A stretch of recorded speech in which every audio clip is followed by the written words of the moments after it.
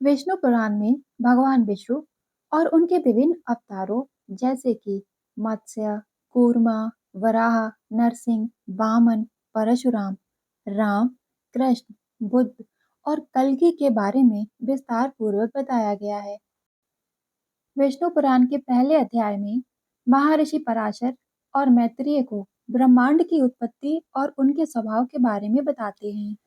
विष्णु पुराण पराशर ऋषि द्वारा रचित एक प्राचीन हिंदू ग्रंथ है जो भगवान विष्णु के अवतारों, सृष्टि की उत्पत्ति, धर्म, कर्म और मोक्ष जैसे विषयों पर विस्तार से बताता है।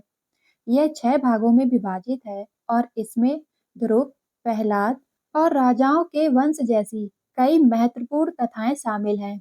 यह ग्रंथ वैष्णव धर्म का एक महत्वपूर्ण स्तंभ है और यह सृष्टि के गूढ़ सिद्धांतों की व्याख्या करता है। विष्णु पुराण के प्रमुख विषय सृष्टि की उत्पत्ति के विषय में हैं। इसमें सृष्टि की उत्पत्ति की प्रक्रिया का वर्णन किया गया है, जिसमें भगवान विष्णु से ब्रह्मा जी का उत्पन्न होना और फिर सृष्टि की रचना करना शामिल है। विष्णु पुराण में भगवान विष्णु के 10 मुख्य अवतारों का वर्णन किया गया है, जिनमें मत्स्य, कूर्मा, वराह, नरसिंह, वामन, परशुराम, राम, कृष्ण, बुद्ध और कल्कि शामिल हैं। इसमें कई धार्मिक और दार्शनिक कथाएं भी हैं। इसमें भक्त प्रहलाद और हिरण्याकश्यप की कथा, बालक ध्रुव की भक्ति और उन्हें ध्रुव तारा बनने की कथा जैसी कई रोचक कहानियां हैं जो भक्त की महिमा को दर्शाते हैं। पुराणों में प्राचीन भारतीय भूगोल और खगोल विज्ञान का वर्णन है, जिसमें पृथ्वी, सूर्य, चंद्रमा और नक्षत्रों की स्थिति का उल्लेख किया गया है। अन्य विषयों में हम जानेंगे जप, तप, योग, ध्यान के महत्व, धर्म, कर्म, श्रद्धा, विधि और मानव सभ्यता के इतिहास के जैसे विषयों के विषय में। विष्णु पुराण में इन सभी का विस्तार पूर्वक वर्णन किया गया है। विष्णु पुराण 18 महापुराणों में से एक है, जो हिंदू धर्म के प्राचीन और मध्यकालीन ग्रंथों की एक शैली है। यह वैष्णव साहित्य संग्रह में एक महत्वपूर्ण ग्रंथ है। इसके साथ ही विष्णु पुराण में कुल 126 अध्याय हैं, जो 6 भागों में विभाजित हैं। इन अध्यायों की संख्या के अनुसार इस प्रकार है। इन अध्यायों की संख्या भाग के अनुसार इस प्रकार है। एक भाग में 22 और भाग 2 में 16 एवं तीसरे भाग में हिंदू संस्कृत के 4 वेद ही धर्म ग्रंथ हैं। वेदों से उपनिषद और उपनिषद से भगवत गीता है। वाल्मीकि कृत रामायण और वेद व्यास द्वारा रचित महाभारत और जो महत्वपूर्ण और अत्यंत प्राचीन है, इस पुराण में भगवान श्री कृष्ण के चरित्र का संपूर्ण वर्णन मिलता है। कृष्ण चरित होने के साथ राम का भी वर्णन विष्णु पुराण में मिलता है। विष्णु पुराण में आकाश, सूर्य, समुद्र, पर्वत, परिणाम और देवी देवताओं की उत्पत्ति का संपूर्ण वर्णन है। 18 पुराणों में से विष्णु पुराण का स्थान बहुत ऊंचा है। इसके रचयिता पराशर ऋषि हैं। विष्णु पुराण में भूगोल, ज्योतिषी, कर्मकांड, राजवंश और श्री कृष्ण चरित आदि कई प्रसंगों का बड़ा ही अद्भुत और उज्जवल वर्णन किया गया है। और अगर ऐसा है भी तो यह पुराण विष्णु परक है, तो भी भगवान शिव के लिए इस पुराण में कहीं भी अनादर भाव प्रकट नहीं किए गए हैं। विष्णु पुराण में संपूर्ण विष्णु पुराण में शिव जी का प्रसंग वारासुर संग्राम में ही आता है। स्वयं भगवान श्री कृष्ण शिव जी के साथ अपनी अभिन्नता प्रकट करते हुए भगवान श्री कृष्ण अपने मुख से स्वयं कहते हैं। विष्णु पुराण 6 भागों में विभाजित है। कई ग्रंथों में 23,000 श्लोकों का उल्लेख मिलता है, परंतु इस समय 7,000 श्लोक ही मिलते हैं। विष्णु पुराण के पहले अध्याय में मुख्य रूप से ऋषि पराशर और मैत्रेय के बीच में बातचीत और ब्रह्मांड की उत्पत्ति का वर्णन है। यह अध्याय सृष्टि की उत्पत्ति, प्रकृति और भगवान विष्णु की भूमिका पर आधारित है, जहाँ पराशर मैत्रेय को बताते हैं कि कैसे उन्होंने अपने क्रोध पर नियंत्रण पाकर अपने पिता वशिष्ठ की आज्ञा मानी थी। इसमें पुलस्त्य ऋषि का आगमन और उन्हें प्राप्त होने वाले वरदान का भी उल्लेख मिलता है। अध्याय की शुरुआत ऋषि सूत जी द्वारा मैत्रेय के प्रश्न से होती है, जिसमें यह जिसमें वह पराशर से ब्रह्मांड की उत्पत्ति और प्रकृति के बारे में पूछते हैं। ऋषि पराशर अपने पिता वशिष्ठ की मृत्यु के बाद क्रोधित हो जाते हैं और राक्षसों को नष्ट करने के लिए एक यज्ञ शुरू करते हैं। वशिष्ठ के कहने पर पराशर क्रोध को त्याग कर यज्ञ रोक देते हैं। वशिष्ठ के प्रश्न होने पर ब्रह्मा के पुत्र पुलत्स्य ऋषि वहां आते हैं। ऋषि पुलत्स्य पराशर को उनके क्षमा और दया के कारण दिव्य ज्ञान प्राप्त होने का वरदान देते हैं। पराशर मैत्रेय को बताते हैं कि कैसे यह सब ज्ञान उनके पिता और पुलत्स्य जी के माध्यम से उन्हें मिला है। अध्याय यह भी बताता है कि ब्रह्मांड की उत्पत्ति, स्थिति और लय भगवान विष्णु से ही है। आइए अब जानते हैं आइए अब सुनते हैं विष्णु पुराण का पहला अध्याय। श्री सूत जी बोले, मैत्रेय जी ने नित्य कर्मों से निवृत्त हुए मुनि पराशर जी को प्रणाम कर एवं उनके चरण छूकर पूछा, हे गुरुदेव, मैंने आपसे ही संपूर्ण वेद, वेदांग और सकल धर्म शास्त्रों का क्रमशः अध्ययन किया है। हे मुनि श्रेष्ठ, आपकी कृपा से विपक्षी भी मेरे लिए यह नहीं कह सकेंगे कि मैंने संपूर्ण शास्त्रों के अभ्यास में परिश्रम नहीं किया। हे धर्मज्ञ, हे महाभाग, अब मैं आपकी दिव्य वाणी से यह सुनना चाहता हूँ कि यह जगत किस प्रकार उत्पन्न हुआ। श्री सूत जी बोले, मैत्रेय जी ने नित्य कर्मों से निवृत्त हुए मुनिवर पराशर जी को प्रणाम किया और उनके चरणों को स्पर्श करते हुए बोले, हे गुरुदेव जी, मैंने आपसे ही संपूर्ण वेद और सभी धर्म शास्त्रों का भली भांति अध्ययन किया है।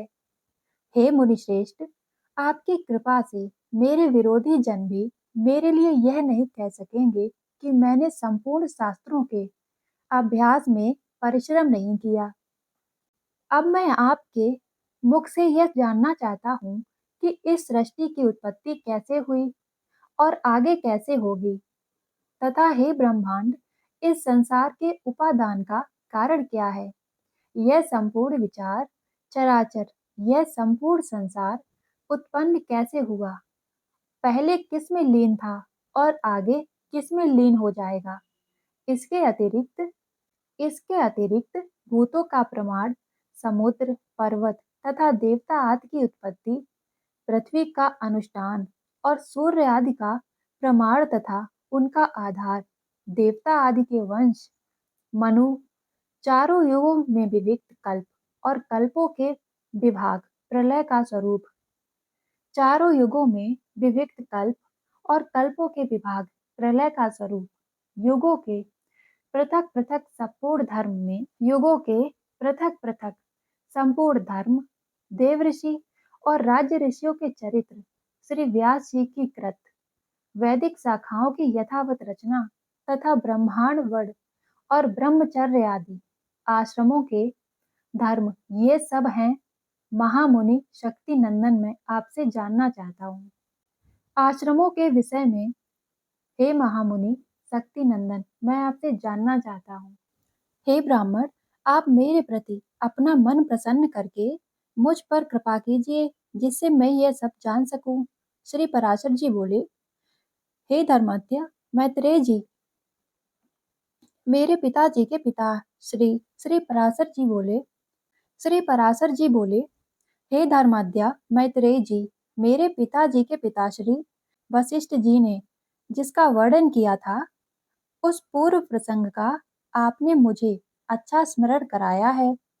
हे मैत्रेय जी, जब मैंने सुना था कि पिताजी को विश्वामित्र जी की प्रेरणा से राक्षस ने खा लिया है, तो मुझको बहुत क्रोध आया। तब राक्षसों का नाश करने के लिए मैंने एक यज्ञ करना आरंभ किया। उस यज्ञ में सैकड़ों राक्षस जलकर राख हो गए थे। इस प्रकार मैंने उन राक्षसों को संपूर्ण नष्ट होते हुए देखा। मेरे पितामह वशिष्ठ जी मुझसे बोले, हे वत्स, ज्यादा क्रोध करना अच्छी बात नहीं है, यह ठीक नहीं है। अब इसे शांत करो।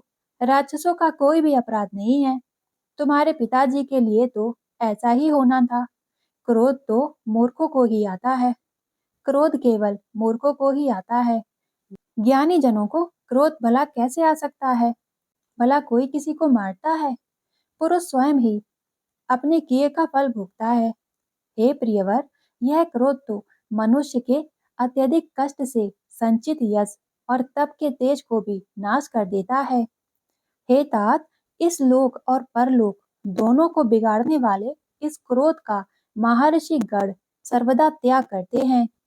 इसलिए तुम इसके वशीभूत मत हो। उनकी बातों पर गौर से विचार करके मैंने यह यज्ञ समाप्त कर दिया। इससे मुनिश्रेष्ठ भगवान वशिष्ठ जी बहुत प्रसन्न हुए। उसी समय ब्रह्मा जी के पुत्र पुलत्स्य जी वहां आते हैं। हे मैत्रेयी पितामह ने उन्हें अर्घ्य दिया। तब वे महर्षि पुलय तब वे महर्षि पुलस्त्य के ज्येष्ठ भ्राता महाभाग पुलस्त्य जी आसन ग्रहण करके बोले, पुलत्स्य जी पुलत्स्य जी बोले, तुमने चित्त में बड़ा बैर और भाव रहने पर भी अपने बड़े बूढ़े वशिष्ठ जी के कहने पर वशिष्ठ जी के कहने से क्षमा स्वीकार की है। इसलिए तुम संपूर्ण शास्त्रों के ज्ञाता हो। हे महाभाग, अत्यंत क्रोधित होने पर भी तुमने मेरी संतान का सर्वतः मूलोच्छेद नहीं किया। अतः मैं तुम्हें एक और उत्तम वर देता हूँ। हे वत्स, तुम पुराण संहिता के वक्ता होगे और देवताओं के यथार्थ स्वरूप को जानोगे तथा मेरे प्रसाद से तुम्हारी निर्मल बुद्धि, प्रवृत्ति और निवृत्ति को उत्पन्न करने वाले कर्मों से निसंदेह हो जाएगी कर्मों में निसंदेह हो जाएगी। फिर मेरे पितामह भगवान वशिष्ठ जी बोले, पुलस्त्य जी ने जो कुछ कहा है वह सभी सत्य होगा। हे मैत्रेयी, पूर्व काल में बुद्धिमान वशिष्ठ जी और पुलस्त्य जी ने जो कुछ बताया वह सब तुम्हारे प्रश्न से मुझे स्मरण आ गया है। अतः हे मैत्रेय, तुम्हारे पूछने पे मैं उस संपूर्ण पुराण संहिता को तुम्हें सुनाता हूँ। ध्यान पूर्वक सुनो। तुम उसे भली प्रकार ध्यान पूर्वक सुनो। इस जगत की उत्पत्ति विष्णु से ही हुई है। उन्हीं में स्थित है। वे ही इसकी स्थिति और लय के कर्ता हैं तथा यह जगत भी उन्हीं से है। 24 तत्वों के साथ जगत उत्पत्ति का वर्णन तथा विष्णु की महिमा श्री पराशर जी बोले, तीनों काल के अविनाशी जो ब्रह्मा विष्णु और शंकर रूप से जगत उत्पत्ति ब्रह्मा विष्णु और महेश रूप में जगत उत्पत्ति, स्थिति और संहार के कारण तथा अपने भक्तों को संसार सागर से तारने वाले हैं। उन विकार रहित शुद्ध अविनाशी परमात्मा सर्वदा एक रस सर्व विजय भगवान वासुदेव विष्णु को नमस्कार है, जो एक होकर भी अनेक रूप वाले हैं, स्थूल सूक्ष्म कारण एवं कार्य रूप हैं तथा अपने अनन्य भक्तों की मुक्ति के दाता हैं। भगवान विष्णु को नमस्कार है, जो विश्व रूप विश्व प्रभु की उत्पत्ति, स्थिति और संसार के मूल कारक हैं। उन परमात्मा विष्णु भगवान को नमस्कार है, जो विश्व के अधिष्ठान हैं, अति सूक्ष्म से भी सूक्ष्म, सर्व प्राणियों में स्थित पुरुषोत्तम और अविनाशी हैं, जो परमार्थ अति निर्मल ज्ञान स्वरूप हैं, किंतु अज्ञानवश विविध पदार्थ रूप से प्रतीत होते हैं तथा जो जगत की उत्पत्ति और स्थिति में समर्थ हैं, उसका संहार करने वाले हैं। उन जगदीश्वर अजन्मा अक्षय और अनन्य भगवान विष्णु को प्रणाम करके तुम्हें सारा प्रसंग क्रम से सुनाता हूँ, जो दक्ष तथा मुनि श्रेष्ठों के पूछने पर पितामह भगवान ब्रह्मा जी ने उनसे कहा था। वह प्रसंग दक्ष और मुनियों में नर्मदा नदी के तट पर राजा पुरकुत्स को सुनाया गया था। पुरकुत्स ने सारस्वत में और सारस्वत ने पुरकुस्त ने सारस्वत से पुरकुस्त ने सारस्वत से और सारस्वत ने मुझसे कहा था, जो श्रेष्ठ से भी परम श्रेष्ठ अंतरात्मा में स्थित श्रेष्ठ परमात्मा रूप वर्ण और विशेष परमात्मा रूप वर्ण और विशेषण आदि से रहित है, जिसमें जन्म वृद्धि परिणाम क्षय और नाश इन 6 विकारों का सर्वदा अभाव है, जिसको सर्वदा केवल इतना ही कह सकते हैं तथा जिनके लिए यह प्रसिद्ध है वे सर्वत्व हैं और उनमें समस्त विश्व बसा हुआ है। इसलिए ही विद्वान उनको वासुदेव कहते हैं। वही नित्य अजन्मा अक्षय एक रस और हेम गुणों के अभाव के कारण निर्मल परम ब्रह्म है। वही इन सब व्यय और अव्यय जगत के रूप में तथा इनके साक्षी पुरुष और महाकारण काल के रूप में स्थित हैं। द्विज परम बर द्विज परम ब्रह्म का प्रथम रूप पुरुष है। द्विज परम ब्रह्म का प्रथम रूप पुरुष है, अव्यक्त और व्यय अन्य रूप हैं तथा काल उसका परम रूप है। इस प्रकार जो प्रधान पुरुष व्यक्ति और काल इन चारों से परे है तथा जिसे विद्वान जन भी देख नहीं पाते, वही भगवान विष्णु का परम पद है। इस अध्याय में ब्रह्मा जी की आयु और काल का स्वरूप वर्णन किया गया है। श्री मैत्रेय जी बोले, हे भगवान, जो ब्रह्मा निर्गुण अप्रेम और निर्मल आत्मा है, उसका स्वगर्दा का कर्ता होना कैसे सिद्ध हो सकता है। श्री पराशर जी बोले, हे तपस्वियों में श्रेष्ठ मैत्रेय, समस्त भाव पदार्थ की शक्तियाँ अर्जित ज्ञान की विषय होती हैं, अतः अग्नि की शक्ति उष्णता के समान ब्रह्मा की भी स्वगर्दा रचना यह स्वाभाविक है। जिस प्रकार नारायण नामक लोक पितामह भगवान ब्रह्मा जी सृष्टि की रचना में प्रवृत्त होते हैं, तो सुनो हे विद्वान, वे सदैव उपचार से ही उत्पन्न हुए कहलाते हैं। उनके अपने परिणामों से उनकी आयु 100 वर्ष की कही जाती है। उसका आधा परार्थ कहलाता है। हे अनंत, मैंने जो तुमसे विष्णु भगवान का कल स्वरूप कहा था, उसी के द्वारा उसे उसे ब्रह्मा की तथा और जो पृथ्वी पर्वत समुद्र आदि चराचर जीव हैं, उनकी आयु का परिणाम किया जाता है। हे मनीषी, 15 निमेष को काष्ठ कहते हैं। 30 काष्ठ की एक कला होती है और 30 कला का एक मुहूर्त होता है। 30 मुहूर्त का मनुष्य का एक दिन और एक रात कहा जाता है और उनसे ही दिन रात को 2 पक्ष युक्त एक मास होता है। 6 महीने का एक अनय और दक्षिणायन तथा उत्तरायण 2 आयान मिलकर एक वर्ष का निर्माण करते हैं। देवताओं के 12,000 वर्षों के सतयुग, त्रेता, द्वापर और कलयुग नामक 4 युग होते हैं। उनका अलग अलग परिणाम है, जो मैं तुम्हें सुनाता हूँ। पुरातत्व के जानने वाले सतयुग आदि का परिणाम क्रमशः 4, 3, 2 और 1 दिव्य वर्ष कहलाते हैं। प्रत्येक युग के पूर्व उतने ही 100 वर्ष की संख्या बताई जाती है और युग के पीछे उतने ही परिणाम वाले दशांश होते हैं। अर्थात सतयुग आदि के पूर्व क्रमशः 4, 3, 2 और 100 दिव्य वर्ष की संध्या और उतने ही सद्यांश होते हैं। हे मुनिश्रेष्ठ, इन संध्या और साध्यांशों के बीच का जितना काल होता है, उसे ही सतयुग नाम वाले युग जानने चाहिए। मुनि सतयुग, त्रेता, द्वापर और कली यह मिलकर चतुर्युग कहलाते हैं। ऐसे 1000 चतुर्युगों का ब्रह्मा एक दिन का होता है। हे ब्राह्मण, ब्रह्मा के एक दिन की आयु 4 मनु होते हैं। उनका काल कृत्य परिणाम सुनी सप्तऋषि, देवगण, इंद्र, मनु और मनु के पुत्र राजा लोग एक ही काल में रचे जाते हैं और एक ही काल में उनका संचार होता है। हे सत्तम, 71 चतुर्युग में कुल अधिक काल का एक मानवंतर होता है। यही मनु और देवता का काल होता है। इस प्रकार दिव्य वर्ष गणना में एक मनवंतर में 8,52,000 वर्ष बताए जाते हैं तथा हे महामुनि, मानवीय वर्ष गणना के अनुसार मनवंतर का परिणाम पूरे 30,67,20,000 वर्ष है। इससे अधिक नहीं। इस कल का 14 गुना ब्रह्मा का दिन होता है। 18 महापुराणों में से एक अत्यंत महत्वपूर्ण और एक लोकप्रिय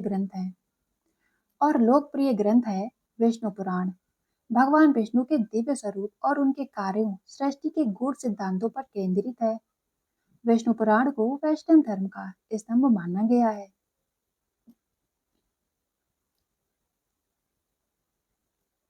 विष्णु पुराण कुल 6 खंडों में विभाजित है और इसमें लगभग 23,000 श्लोक हैं। इसके प्रमुख भाग सृष्टि की उत्पत्ति, त्रिदेवों की व्याख्या, भूगोल, द्वीप, पर्वत, नदियां आदि, मनवंतर, राजा वंशों की उत्पत्ति, वंशों का इतिहास एवं पौराणिक चित्रण श्री कृष्ण की लीलाएं, कलयुग, मोक्ष और धर्म की व्याख्या की गई है। सृष्टि की उत्पत्ति और त्रिदेवों की महिमा के विषय में इस पुराण में बताया गया है कि संपूर्ण ब्रह्मांड की उत्पत्ति भगवान विष्णु की नाभि से निकले कमल से हुई है, जिसमें ब्रह्मा का जन्म हुआ और फिर सृष्टि की रचना हुई। शिव, ब्रह्मा और विष्णु ये तीनों देव ब्रह्म से ही प्रकट हुए हैं। द्वितीय अंश में 7 द्वीपों जम्बूद्वीप, प्लच, सालमिली, कुश, क्रौंच, शक, पुष्कर आदि का विस्तार पूर्वक वर्णन है। इसके साथ ही ग्रहों, नक्षत्रों, सूर्य, चंद्रमा की गतियों का विवरण मिलता है। मनवंतर और वंशावली, इसमें 14 मनवंतर बताए गए हैं, जिनमें विभिन्न मनुओं और उनके अधीन शासकों का शासन हुआ। साथ ही सूर्य वंश, चंद्र वंश की वंशावलियां दी गई हैं, जिनमें श्री राम और श्री कृष्ण जैसे महान अवतार आते हैं। विष्णु पुराण में श्री कृष्ण की लीलाओं का वर्णन किया गया है। पंचम अंश में भगवान श्री कृष्ण के जन्म से लेकर द्वारका स्थापना और कुरुक्षेत्र युद्ध की सभी लीलाओं का भक्तिपूर्ण वर्णन मिलता है। भगवत यह भाग भगवत भागवत भक्ति से यह भाग भगवत भक्ति से ओतप्रोत है। धर्म और मोक्ष का मार्ग भी विष्णु पुराण में विस्तार पूर्वक बताया गया है। पृष्ठ अंश के कलयुग के प्रभाव, अधर्म की वृद्धि और मनुष्यों के पतन का वर्णन है। साथ ही मोक्ष की प्राप्ति का उपाय जैसे भक्ति, ध्यान, ब्रह्मचर्य और सत्कर्म का निर्देश भी विष्णु पुराण में मिलता है। भगवान की भगवान विष्णु की महिमा का वर्णन। यह पुराण भगवान विष्णु के विभिन्न अवतारों, राम, कृष्ण आदि के माध्यम से धर्म की स्थापना और अधर्म के नाश की गाथा सुनाता है।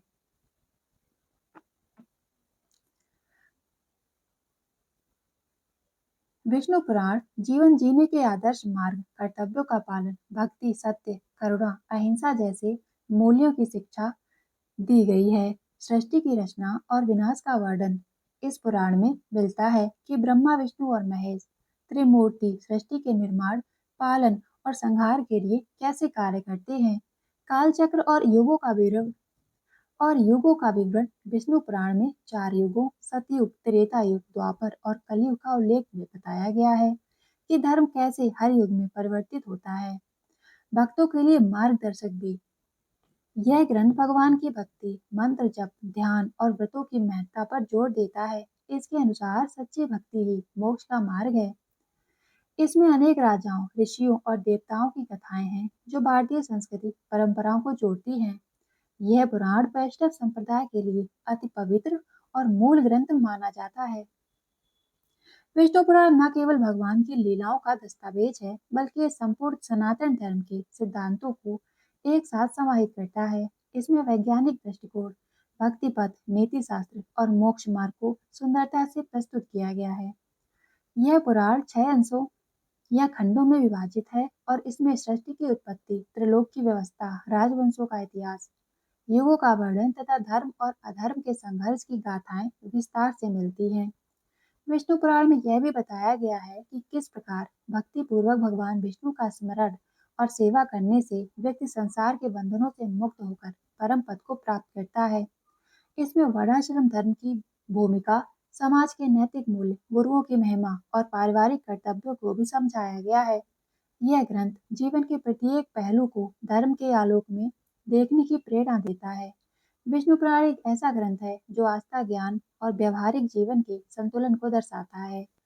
इसके साथ ही विष्णु पुराण के 5वें भाग में भगवान विष्णु के द्वारा द्वारपाल जय और विजय की कथा है, जिन्हें संकादिक ऋषियों द्वारा श्राप दिया गया था। इसमें जय और विजय का भगवान विष्णु से यह वरदान मांगना शामिल था कि वे या तो 7 जन्मों तक भगवान विष्णु के साथ मैत्री भाव रखकर तर सकते हैं, या 3 जन्मों तक शत्रु बनकर विष्णु के हाथों मृत्यु को प्राप्त कर सकते हैं और बाद में विष्णु के सान्निध्य को प्राप्त कर सकते हैं, या फिर मोक्ष को प्राप्त कर सकते हैं। जय और विजय की कथा, यह भाग जय और विजय की कथा पर केंद्रित है, जो विष्णु से यह वरदान मांगते हैं कि वे 3 जन्मों के बाद भगवान विष्णु के हाथों मृत्यु को प्राप्त कर मुक्ति को पा सकें। इस भाग में भगवान विष्णु के साथ शत्रुता के माध्यम से भी मुक्ति प्राप्त करने के विचार को प्रस्तुत किया गया है और यह भी दर्शाया गया है कि भगवान विष्णु की शरण में आने पर सभी मनोकामनाएं और इच्छाएं समाप्त हो जाती हैं। इसके साथ ही विष्णु पुराण के 5वें भाग में भगवान विष्णु के द्वारा द्वारपाल जय और विजय की कथा है, जिन्हें संकादिक ऋषियों द्वारा श्राप दिया गया था।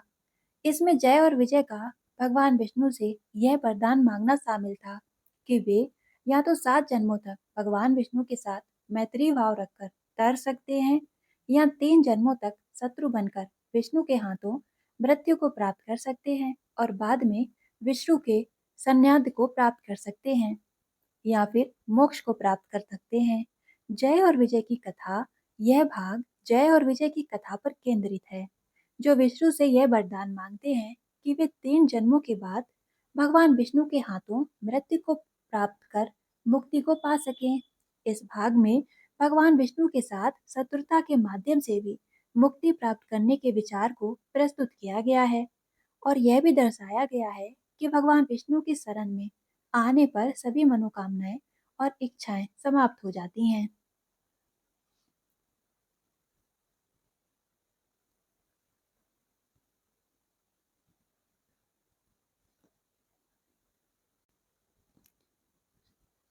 इसके साथ ही इस अध्याय में श्री मैत्रेय जी के साथ दिगराज स्वर्ग के आदि में भगवान ब्रह्मा जी ने पृथ्वी, आकाश और जल आदि में रहने वाले देव, ऋषि, पितृगण, दानव, मनुष्य, तिर्यक और वृक्ष आदि को किस प्रकार रचा।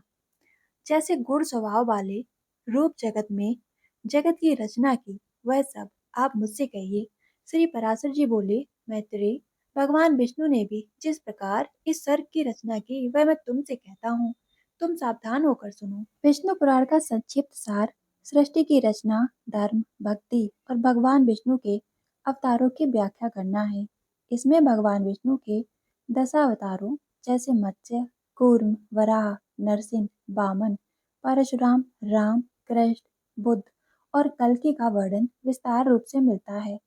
यह ब्रह्मांड विज्ञान है, राजवंशों के इतिहासों, युगों और जीवन के पहलुओं को धर्म के रूप में प्रस्तुत करता है। यह बताता है कि कैसे भगवान विष्णु से ब्रह्मा जी उत्पन्न हुए और उन्होंने इस संसार की रचना की। इसमें भगवान विष्णु के 10 प्रमुख अवतारों का विस्तृत वर्णन है। इसके साथ ही विष्णु पुराण भक्ति मार्ग, ज्ञान मार्ग और कर्म मार्ग की शिक्षाएं देता है, जिसमें नैतिक मूल्यों और सामाजिक कर्तव्यों पर जोर दिया गया है। 18 पुराणों में अलग अलग देवी देवताओं को केंद्र मानकर पाप और पुण्य, धर्म और अधर्म, कर्म और अकर्म की गाथाएं कही गई हैं। कुछ पुराणों में सृष्टि के आरंभ से अंत तक का विवरण दिया गया है। इसके साथ ही विष्णु पुराण, भागवत पुराण, शिव पुराण, स्कंद पुराण, वायु पुराण, गरुड़ पुराण, पद्म पुराण, मत्स्य पुराण, अग्नि पुराण, ब्रह्म पुराण, वाराह पुराण, वामन पुराण, लिंग पुराण, कूर्म पुराण, ब्राह्मण पुराण, मार्कंडेय पुराण, नारद पुराण, 18वां ब्रह्म वैवर्त पुराण, हिंदू धर्म के यह प्रमुख पुराण हैं।